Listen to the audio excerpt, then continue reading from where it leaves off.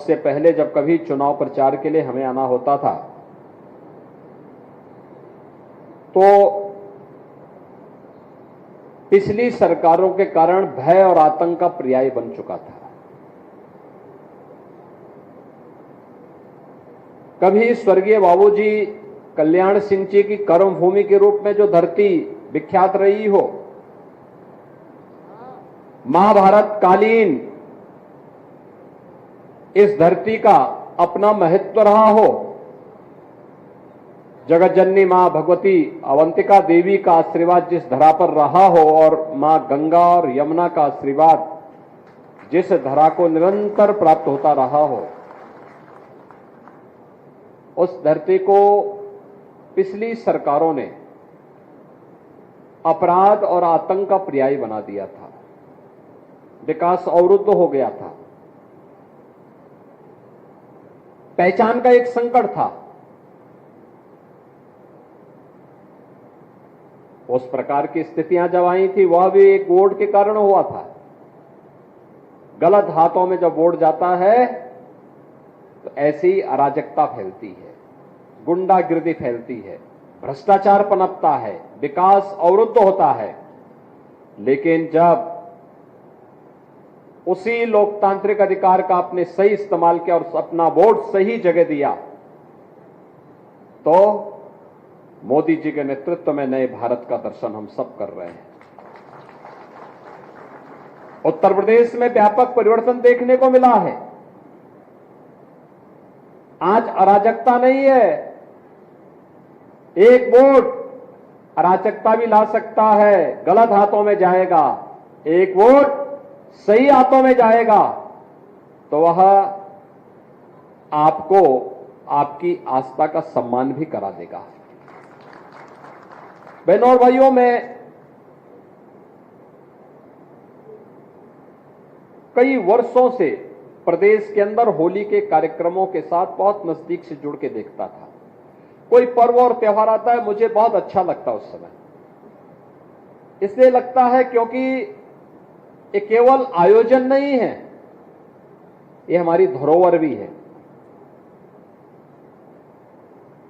हमारी पौराणिक पहचान को भी प्रदर्शित करते हैं। ये पर्व और त्योहार हमारी विरासत के हिस्से हैं, हमारी पूर्वजों की धरोहर, जिन्होंने उस कालखंड में समाज जीवन को प्रभावित करने वाली किसी विशिष्ट घटना को पर्व और त्योहार के माध्यम से उन्होंने जोड़ने का कार्य किया था। तो होली हो, दीपावली हो, विजयादशमी हो, रक्षाबंधन हो, जन्माष्टमी, शिवरात्रि, रामनवमी, इन सभी कार्यक्रमों को लिए मैं बहुत पहले से ही बहुत इनके प्रति मेरा आग्रह रहा है कि कार्यक्रम धूमधाम के साथ होने चाहिए, पूरे समाज को जोड़ करके इन आयोजनों के साथ भागीदार बनना चाहिए। होली के आयोजन को भी इसी नजदीकी से हम देखते थे, लेकिन मैं अक्सर इस बात को देखता था कि हमारे पूर्वी उत्तर प्रदेश में गाना गाया जाता था, होली खेले रघुवीरा अवध में होली खेले। लेकिन गाना लोग गाते थे, गांव गांव में गाते थे। होली की मंडली गांव गांव में घूमती थी, यही गाना गाती थी। लेकिन दुख होता था कि गांव गांव में लोग गा तो रहे, लेकिन अयोध्या में जहां आप राम लला के होली खेलने की बात कर रहे हैं, वहां तो राम लला है ही नहीं। वे स्वयं गायब रहते थे। और पहली बार आपने देखा होगा 500 वर्षों में हमारी पीढ़ी कितनी सौभाग्यशाली है, हमने अयोध्या में रामलला को होली खोलते हुए देखा है।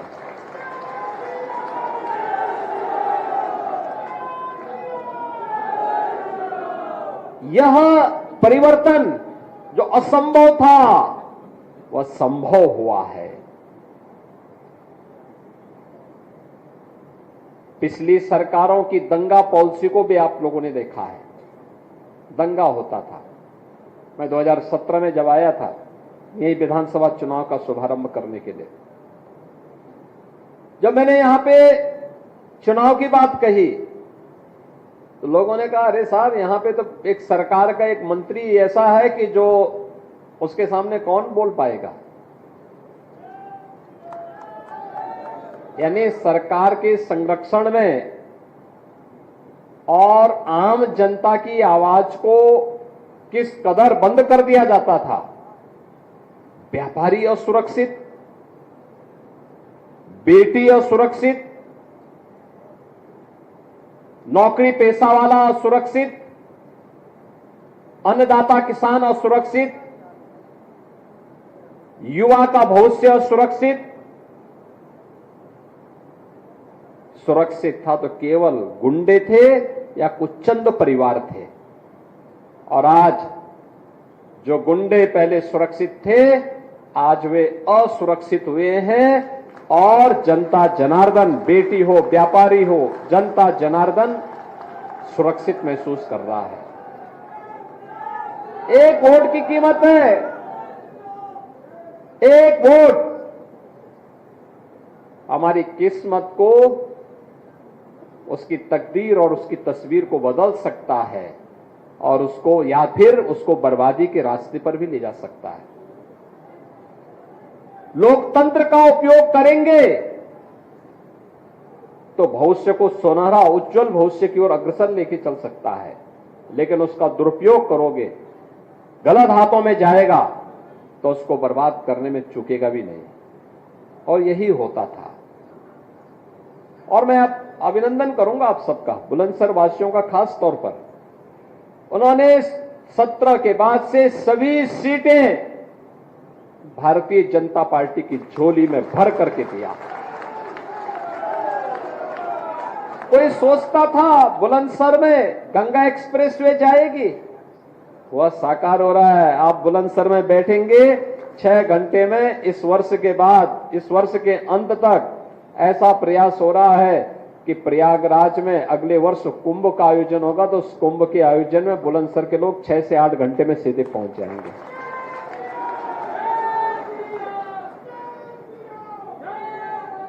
बुलंदशहर में मेडिकल कॉलेज की स्थापना होगी, ये कोई सोचता था? आज वो सपना साकार हुआ है। खुर्जा का क्रॉकरी के बारे में कोई सोचता था कि उसको पहचान मिलेगी? प्रधानमंत्री जी ने जब विदेश दौरे पर गए तो तत्कालीन इंग्लैंड के प्रधानमंत्री थे, उनको यही का ओडीओपी भेंट दिया था। छा गया था बुलंदशहर दुनिया के अंदर। ये वोट की कीमत है। और चुनावी सभा के पूर्व मैं आपके बीच में इसलिए आया हूं कि समाज को मानसिक रूप से तैयार करने के लिए आप सबकी सबसे बड़ी भूमिका होने वाली है। धर्माचार्य हो, शिक्षक हो, चिकित्सक हो, अधिवक्ता हो, व्यापारी हो या सीए हो, ये सभी लोग अपने अपने तबके में, अपने अपने जगह पर, उसका एक अपना महत्व है। धार्मिक संगठनों से जुड़े हुए लोग हों, जो भी हों, वे सभी लोग अगर अपने तरीके से कार्य करना प्रारंभ कर देंगे और बोलेंगे कि नहीं, हर हाल में हमें जातिवाद नहीं चाहिए, हमें तो राष्ट्रवाद चाहिए, हमें परिवारवाद नहीं चाहिए, हमें तो सबका साथ और सबके विकास के भाव के साथ कार्य करने वाले लोग चाहिए। आखिर सरकारें पहले भी थी। 1947 से 2014 तक इस देश ने सरकारों को देखा है, अनेक सरकारों को देखा है। मोदी जी के आने के पहले 15 सरकारें आ चुकी थी। अटल जी की सरकार को छोड़ दिया जाए, शेष सरकारें क्या कर रही थी? तब क्यों नहीं गरीब कल्याण की योजनाएं हो पा रही थी? तब क्यों नहीं गरीबों को फ्री में राशन मिल पा रहा था? तब क्यों नहीं गरीबों को सिर ढकने के लिए छत मिल रहा था? प्रधानमंत्री आवास योजना कहां थी? तब गरीबों को स्वास्थ्य बीमा का कवर क्यों नहीं मिल पा रहा था? तब नौजवानों की नौकरियां कहां थी? तब बेटी और व्यापारी को सुरक्षा कहां थी?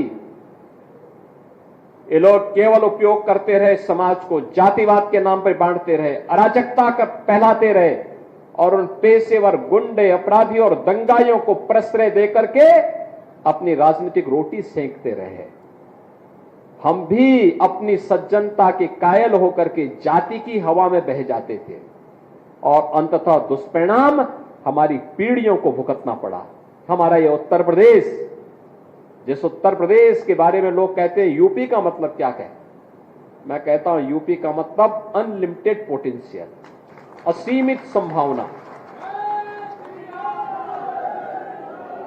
असीम संभावना वाला प्रदेश है ये प्रदेश पहचान के लिए मोहताज हो गया। तो असीमित संभावना इसमें नहीं होती तो राम, भगवान कृष्ण, भगवान शंकर, मां गंगा, इन सब का आशीर्वाद हमें मिलता क्या? दुनिया की सबसे उर्वरा भूमि हमारे पास क्या नहीं है? हमारे पास है सबसे अच्छे हस्तशिल्पी हमारे पास, सबसे अधिक योग्य युवा हमारे पास। तो हम हाथ क्यों फैलाएंगे? हम अपनी ऊर्जा को और अपने स्वाभिमान को आगे बढ़ाएंगे और उत्तर प्रदेश के माध्यम से भारत के विकास में अपना योगदान देंगे। आज यही उत्तर प्रदेश कर रहा है। जिस उत्तर प्रदेश को पिछली सरकारों ने बदहाल बना दिया था, वही उत्तर प्रदेश आज मोदी जी के नेतृत्व में देश की अग्रणी अर्थव्यवस्था बन रहा है। जिस उत्तर प्रदेश में कोई निवेश नहीं करना चाहता था, मैं देख रहा था अभी प्रधानमंत्री जी ने 10.5 लाख करोड़ रुपए के निवेश के प्रस्ताव को जमीनी धरातल पर उतारा है और लगभग 40,000 करोड़ रुपए का अकेले बुलंदशहर में आया है। बहनों और भाइयों, ये जो निवेश के प्रस्ताव हैं, लाखों नौजवानों के लिए नौकरी के प्रस्ताव हैं। लाखों नौजवान नौकरी और रोजगार पाएगा। विकास के कार्य इसके साथ चलेंगे और इसीलिए मैं आपका आह्वान करने के लिए आया हूं कि लोगों को मानसिक रूप से तैयार करने के लिए। मैं जानता हूं डॉक्टर भोला सिंह को कोई समस्या नहीं चुनाव जीतने में, आपका आशीर्वाद उसके साथ रहे। आपने 2014 में उन्हें रिकॉर्ड वोटों से चुनाव जिता के भेजा। 2019 में भी आपने उन्हें रिकॉर्ड वोटों से चुनाव जिता करके भेजा और अब अपेक्षा होगी जब पूरा देश एक आवाज में कह रहा है, एक आवाज पूरे देश के अंदर चलेगी, फिर एक बार मोदी सरकार। क्या आवाज आ रही है? फिर एक बार, फिर एक बार, फिर एक बार मोदी सरकार, फिर एक बार मोदी सरकार की आवाज जब पूरे देश के अंदर सुनाई दे रही है, क्योंकि देश की तस्वीर और तकदीर मोदी जी ने बदल के रख दिया है। दुनिया के अंदर भारत का सम्मान बढ़ गया, भारत की सीमाएं सुरक्षित हुई हैं, देश के अंदर आंतरिक सुरक्षा की स्थिति बेहतर हुई है, नक्सलवाद, आतंकवाद, उग्रवाद समाप्त, कश्मीर में धारा 370 समाप्त हुई, तो अयोध्या में भगवान राम के भव्य मंदिर निर्माण के मार्ग भी समाप्त, जो बैरियर थे, जो अवरुद्ध, उनमें अवरोधक थे, उनको समाप्त करके भव्य राम मंदिर का निर्माण का कार्य भी संपन्न हुआ। काशी में काशी विश्वनाथ धाम, ये सभी कार्य हुए। गरीबों को गरीब कल्याणकारी योजनाओं का लाभ भी मिल रहा है। पिछली सरकारों की दंगा और कर्फ्यू की नीति को समाप्त करते हुए हम लोगों ने कहा नहीं, दंगा नहीं, उत्तर प्रदेश कर्फ्यू के लिए नहीं, उत्तर प्रदेश तो कावड़ यात्रा के लिए हर हर बम बम के नारों के साथ गुंजायमान होगा। और आज आप देखते होंगे कावड़ यात्रा कितनी शानदार और जानदार तरीके से यहां चलती है। लोग सोच ही नहीं पाते कि भाई इतने बड़ी संख्या में लोग कैसे चल रहे हैं। हमने कहा भी देखो यही भारत है, उनकी आस्था का सम्मान करो, वह आपको सिर आंखों पर बिठाने का काम करेगी। और यह जनता जनार्दन का यही आशीर्वाद लेने के लिए मैं आपसे कहूंगा, भोला सिंह को आप 5 साल अपने यहां दौड़ाइए, ठीक बात है, लेकिन चुनाव के दौरान यह अपेक्षा करना कि वह घर घर जाए, संभव नहीं होगा। चुनाव के दौरान आप में से हर व्यक्ति को मोदी जी बनना पड़ेगा, नरेंद्र मोदी बनना पड़ेगा, डॉक्टर भोला सिंह बनना पड़ेगा और घर घर जाकर के हर व्यक्ति को बोलना पड़ेगा कि भाई देखो, हर हाल में कमल के निशान पर वोट देने के लिए आपको सर्दी, गर्मी, बरसात जो भी हो, इन सब की परवाह के बगैर कार्य करना है और उस परवाह के साथ आप सबको जोड़ करके आगे बढ़ना है और उसी के लिए आपका आह्वान करने के लिए आज हम सब मैं यहां पर आया हूं। चुनावी सभाओं के लिए अलग से आएंगे, लेकिन प्रबुद्ध जनों को पहले तैयार करने के लिए, क्योंकि समाज के ओपिनियन को आप लोग तैयार करते हैं, आपकी और राय पे चलता है। इस समय कोई मनभेद नहीं, कोई मतभेद नहीं, सभी बातों से ऊपर उठ करके केवल देश के बारे में सोचना है, क्योंकि इस चुनावी समर में एक तरफ वे लोग हैं जिनके लिए फैमिली फर्स्ट है और दूसरी तरफ मोदी जी के नेतृत्व में वे लोग हैं जिनके लिए नेशन फर्स्ट है।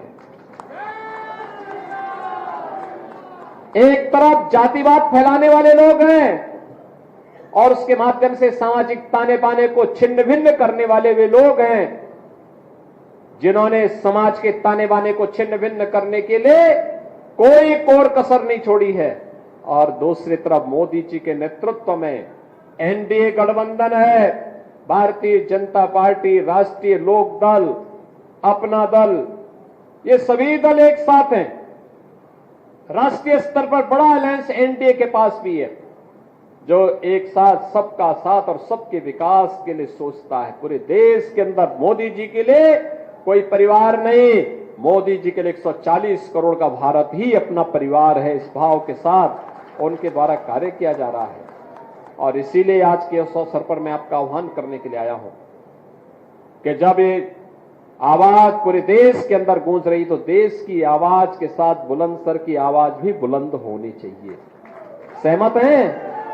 सभी लोग सहमत हैं? पिछला रिकॉर्ड टूटेगा, सभी रिकॉर्ड टूटेगा। क्यों? हमारे विधायकगण सहमत है ना? रिकॉर्ड टूटेगा ना? तो रिकॉर्ड तोड़ने के लिए ही मैं आपके बीच आया हूं कि रिकॉर्ड तोड़ने के लिए हम लोग देखेंगे बुलंद सर के उसको। और इसीलिए अभी से घर घर जाना है, मतदान के लिए लोगों को तैयार करना है और मोदी जी को उत्तर प्रदेश की ओर से 80 मनकों की जो माला पहनाई जानी है उनमें बुलंद सर अपनी पूरी बुलंदी के साथ आगे बढ़ सके, इसके लिए आप सभी प्रबुद्ध जनों का आह्वान करते हुए मैं देता हूं अपनी वाणी को विराम। जय जय श्री राम।